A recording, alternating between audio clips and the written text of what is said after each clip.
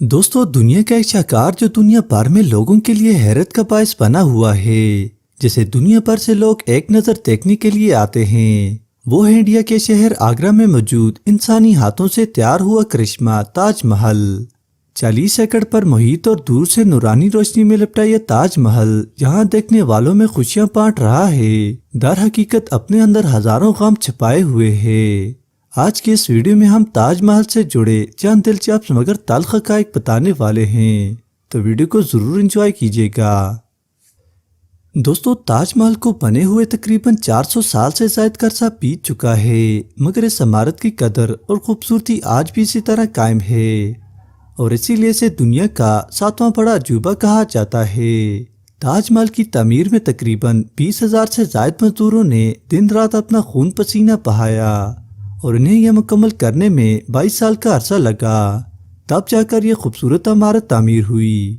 تاج محل کو مکمل طور پر سنگ مرمر کے خوبصورت پتھر سے بنایا گیا ہے، اور اس کی تعمیر میں بے تحاشا دولت خرچ کی گئی، جس کا اندازہ اگر لگایا جائے تو $1 بلین بنتا ہے، یعنی 7,500 کروڑ روپے۔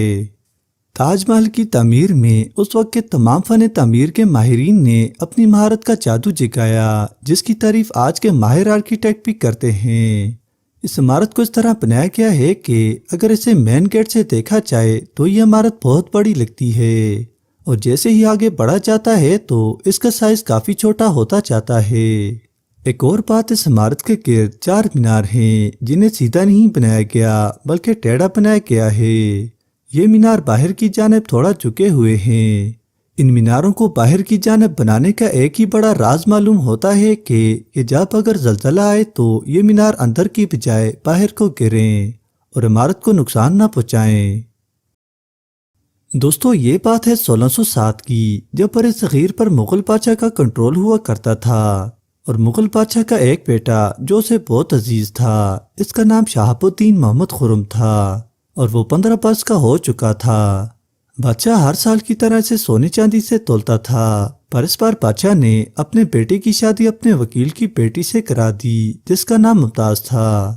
شہزادے کو ممتاز بیگم سے بے پناہ محبت ہو گئی تھی، اور جوں جوں وقت گزرتا گیا اور شہزادہ زیادہ دیر جنگوں میں مصروف رہنے لگا اور فتوحات سمیٹتا چلا گیا۔ 1621 میں جب مغل بادشاہ کا اچانک انتقال ہو گیا اور شاہ جہان یعنی شہزادہ خرم نے بادشاہت سنبھالی، بادشاہ نے سلطنت خوب سنبھال رکھی تھی، اور ممتاز بیگم بادشاہ کو مشورے دیا کرتی تھی۔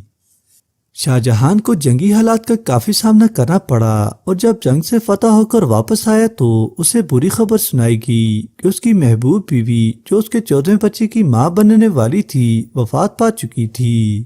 یہ خبر بادشاہ کے لیے قیامت سے کم نہ تھی، جس نے اسے اگلے کئی سالوں تک غمزدہ رکھا۔ بادشاہ کی بیوی کی خواہش تھی کہ اسے دنیا کے سب سے خوبصورت مقبرے میں دفن کیا جائے۔ ممتاز کے گزرنے کے 6 ماہ بعد یعنی 1632 میں ہی تاج محل کا کام زور و شور سے شروع کر دیا گیا۔ تقریباً 20,000 سے زائد مزدور پوری ریاست سے منگوائے گئے۔ اتنے زیادہ مزدوروں کی کئی سالوں کی دن رات کی محنت کے بعد تاج محل کا ڈھانچہ مکمل ہو گیا۔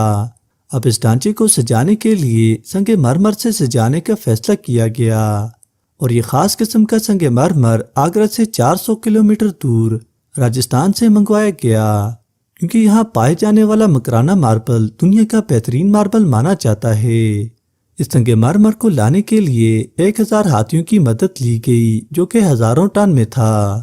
تاج محل کا ٹوم بھی تعریف کے قابل ہے، جسے اس وقت کے ماہرین نے کمال مہارت سے ڈیزائن کیا تھا، جو آج کے دور کے ماہر سے ماہر آرکیٹیکٹ بھی تعریف کیے بغیر نہیں رہ سکتے۔ تاج محل کو اور 4 چاند لگانے کے لیے پرچن کاری بھی کی گئی۔ اس میں پہلے ماربل کو تراشا جاتا ہے، پھر اس میں قیمتی پتھر لگائے جاتے ہیں۔ اب تاج محل مکمل ہو چکا تھا۔ پورے 22 سالوں کے بعد 1654 میں تاج محل کی تعمیر مکمل ہوئی۔ تاج محل کی خاص بات یہ بھی ہے کہ ایک ہی دن میں 4 بار رنگ بدلتا ہے۔ سورج نکلنے سے پہلے یہ بلیک شیڈ دیتا ہے، سورج نکلنے کے بعد لائٹ یلو، دوپہر کے وقت سفید موتی کی طرح چمکتا ہے، اور سورج طلوع ہوتے وقت گولڈن رنگ میں بدل جاتا ہے۔ شاہ جہان نے یہ محل تو اپنی بیوی کی یاد میں بنایا، مگر اب یہ محبت کرنے والوں کے لیے ایک علامت بن چکا ہے۔ اس کو چاہنے والے ہر سال دنیا بھر سے لاکھوں کی تعداد میں لوگ آگرہ کا رخ کرتے ہیں اور لوگ آنکھوں سے جی نہ بھرنے والی نگاہوں سے دیکھتے جاتے ہیں اور داد دیتے رہتے ہیں۔ آج کی یہ ویڈیو آپ کو کیسی لگی کمنٹ میں ضرور بتائیں اور چینل کو سبسکرائب کریں اور بیل آئیکن کو پریس کرنا نہ بھولیں۔